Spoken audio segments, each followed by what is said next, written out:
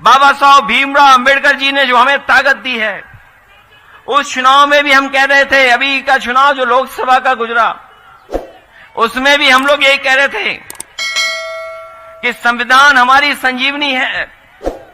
बाबा साहब भीमराव अंबेडकर जी ने जो संविधान दिया है, वो संविधान हमारी ढाल है, वो संविधान हमारी सुरक्षा है, वो संविधान हमें शक्ति देता है।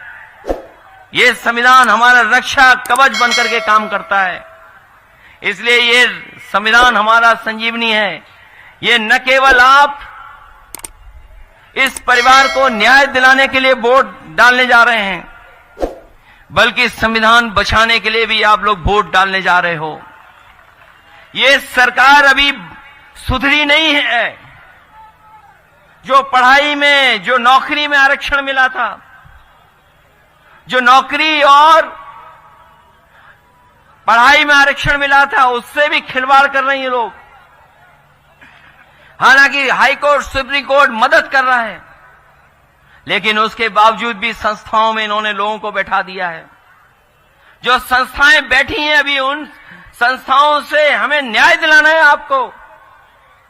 इसलिए बाबा साहब भीमराव अंबेडकर जी के रास्ते पे चलने वाले लोग और तमाम उनको मानने वाले लोगों से मैं अपील करना चाहता हूं कि हम समाजवादी लोग लोहिया के विचार और बाबा साहब भीमराव अम्बेडकर जी के विचारों को लेकर के आगे बढ़ेंगे।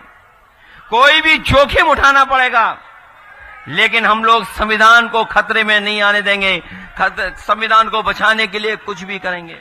बहुत ही प्रतिष्ठित यूनिवर्सिटी है पेंसिल्वेनिया स्टेट यूनिवर्सिटी। वहां की रिसर्च ये कहती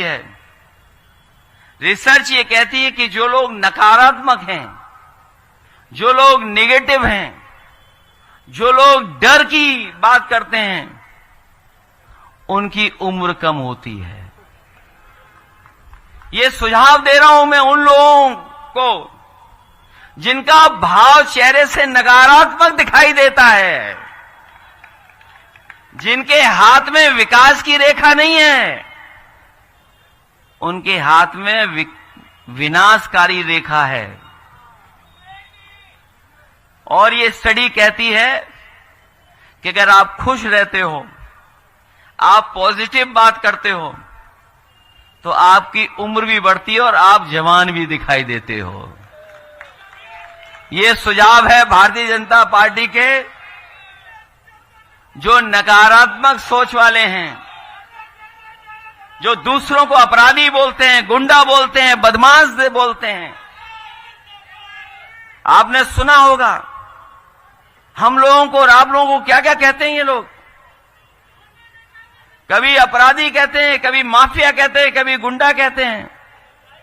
मुझे तो लगता है कि जब वो घर से निकलते हैं तो आईना नहीं देख करके निकलते हैं।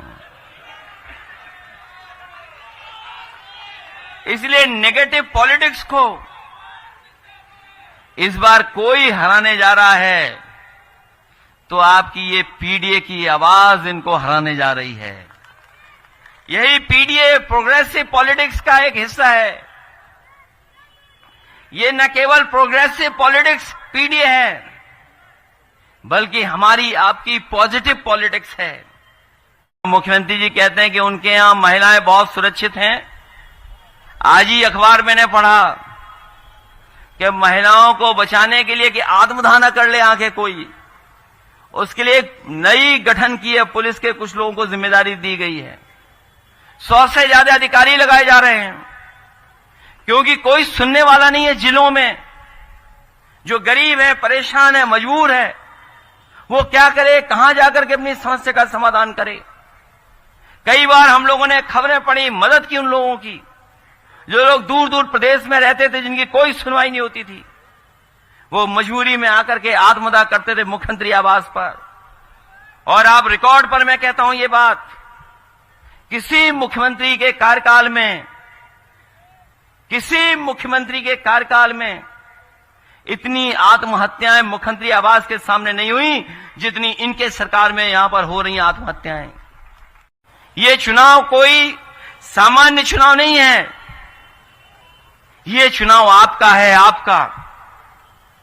ये सरकार के लोग चाहते हैं कि समाजवादी लोग हार जाए, लेकिन मैं ये जानता हूं, ये सरकार कितनी भी ताकत लगा दे, लेकिन जनता इस बार इनको हरा करके भेजेगी। ये जनता का चुनाव है,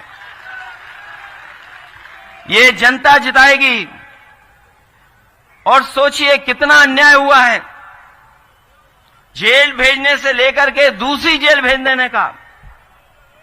और मैं आपसे कहना चाहता हूं, वो तो कानपुर में ही रखते विधायक जी को, लेकिन क्योंकि मैं मिलने आ गया था विधायक जी से, इसलिए उन्होंने यहां से महाराजगंज भेज दिया।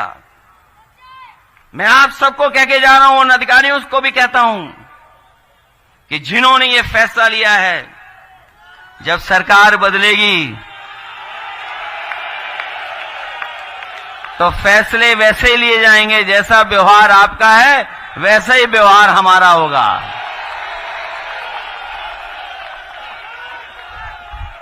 जैसा व्यवहार आपका है, आपका अगर प्यार का व्यवहार है तो हमारा भी प्यार का व्यवहार रहेगा। आप अगर हमारे साथ अन्याय करेंगे तो उस अन्याय को हम लोग भूलने वाले नहीं हैं। इस बार ये अन्याय नहीं भूलेंगे। ये आप जो बुनियादी सवाल आज है, आज सबसे बड़ा सवाल ये खड़ा हो गया है कि नौजवान हजारों की संख्या में धरने पर बैठा है प्रयागराज में। वो नौजवान कह रहा है कि हमें परीक्षा कराओ, हम परीक्षा देने के लिए तैयार हैं। लेकिन ये सरकार पता नहीं क्यों परीक्षा कैसी कराना चाहती है। जो लोग नारा दे रहे हैं कि वन नेशन वन इलेक्शन, जो नारा देते हैं वन नेशन वन इलेक्शन, बताओ परीक्षा नहीं करा पा रहे हैं। परीक्षा में न जाने कौन सा बदलाव चाहते हैं। ये योगी सरकार अनुपयोगी है। और जो आयोग है,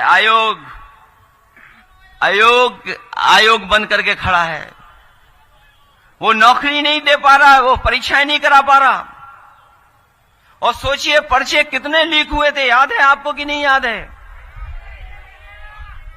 7 साल में इतने कभी परीक्षा लीक नहीं हुए पेपर, जितने इस सरकार में पेपर लीक हुए थे। और लगातार पेपर लीक हुए थे।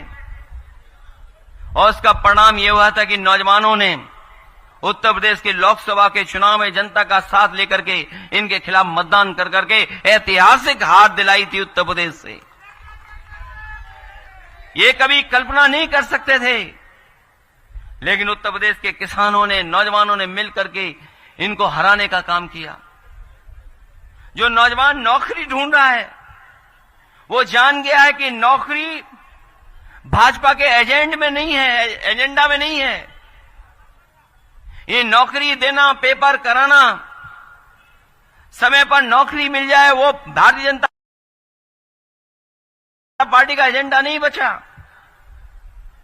और ये न केवल नौजवानों को धोखा दे रहे हैं, बल्कि नौजवानों के भविष्य को भी धोखा देने का काम कर रहे हैं।